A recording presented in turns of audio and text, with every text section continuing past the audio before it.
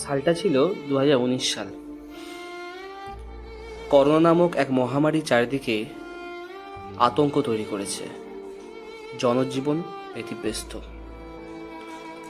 14ই ফেব্রুয়ারি একটা খবর শোনা গেল, আমাদের সেনাবাহিনীর 40 জন জওয়ান শহীদ হয়েছেন। জঙ্গি হামলায় তারা শহীদ হয়েছেন। 14ই ফেব্রুয়ারিটা যদিও সে বছর খুব একটা স্পেশাল কারোর জন্যই ছিল না, কারণ মহামারীর প্রভাবে যেভাবে মানুষের জীবন এক প্রশ্ন চিহ্নের মুখে এসে দাঁড়িয়েছিল, সেখানে দাঁড়িয়ে ভালোবাসার দিনকে সেলিব্রেট করার মতো মানসিকতা যারা আমরা ছিলাম, যারা আমরা দেখেছি আমাদের চারপাশটাকে, প্রত্যেকের মুখে মাস্ক, এক মহামারীর আতঙ্ক, মৃত্যু মিছিল, সব কিছু নিয়েই জীবনটা যেন এলোমেলো হয়ে গেছিল, ঘেটে গেছিল। সেই জায়গায় দাঁড়িয়ে আরেকটা বিষণ্ণতার সুর বেজে উঠল গোটা দেশ জুড়ে। এই জঙ্গি হামলায় মারা গেলেন 40 জন জওয়ান। পুলওয়ামা হত্যাকাণ্ড, পুলওয়ামায় জঙ্গি হামলা, যেখানে কয়েক সেকেন্ডের মধ্যে ঘটে গেল এক ভয়ঙ্কর ঘটনা।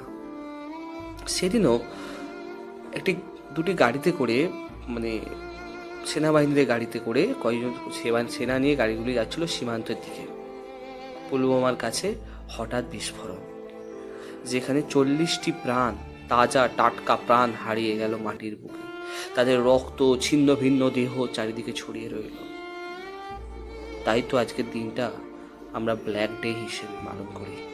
আজকের দিনটা ভ্যালেন্টাইন্স ডে হলেও, আজকের দিনটা ভালোবাসার দিন হলেও, এই ভালোবাসার মধ্যেই যেন কালো ছিটে পড়ে গেছে, কালো রক্তের দাগ লেগে গেছে, কালো কালো দাগ হয়তো সেই জায়গাতে আজও লেগে আছে। তাই আসুন সকলে আমরা আজকের দিনটাকে ভালোবাসার দিন হিসাবে পালন করলেও তার মাঝে কখনোই যেন আমাদের এই শহীদদের কথা কখনো না ভুলে যায়। এই শহীদরা চিরকাল অমর, তাদের আত্মা বিদেহী, তারা চিরকাল আমাদের মাঝেই আছেন এবং থাকবেন। প্রতি বছর আমরা এই দিনটাকে ব্ল্যাক ডে হিসেবে কিন্তু পালন করছি। দিনটা বিষণ্ণতার, দিনটা আবেগের, কিন্তু আমরা জানি শহীদের রক্ত কখনোই হবে না খুব ব্যর্থ। যদি আমরা তাদেরকে মনে রাখি, যদি আমরা আমাদের ভালোবাসার দিনের মাঝে যদি তাদেরকে মনে রাখি, তাদের প্রতি শ্রদ্ধা জানাই, তাহলেই আমাদের সত্যিকারের ভালোবাসার দিনের যে আবেগ আর পূর্ণতা পাবে।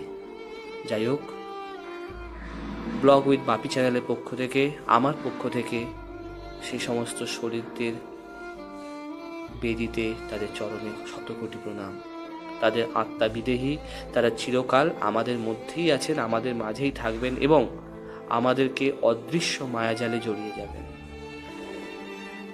Thank you so much.